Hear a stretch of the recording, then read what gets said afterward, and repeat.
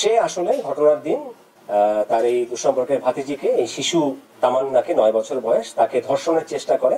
দূরসম্পর্কের দাদার বাড়ি যেন কাল হলো শিশু তামান্নার। দূরসম্পর্কের দাদার বাড়ি বেড়াতে যায় মাত্র 9 বছর বয়সী 3য় শ্রেণীর ছাত্রী তামান্না। সেই দাদার বাড়িতেই ঘরে একা পেয়ে শিশুটিকে একাধিকবার ধর্ষণ করে তারই চাচা। পরে যখন শিশুটি ব্যথায় চিৎকার করে মানুষ ডাকাডাকি শুরু করে, তখন সেই ঘটনাটি ধামাচাপা দিতেই হত্যায় সাহায্য করে তার সেই দাদা। তারপরে সেই দূরসম্পর্কের দাদা এবং সেই চাচা তামান্নাকে গলায় রশি বেঁধে শ্বাসরুদ্ধ করে মেরে ফেলে এবং গলায় রশি ঝুলিয়ে সাজায় আত্মহত্যার মিথ্যে নাটক। পরে ঘটনাটি নিয়ে একটা চাঞ্চল্য সৃষ্টি হলে তদন্তে নামে র্যাব।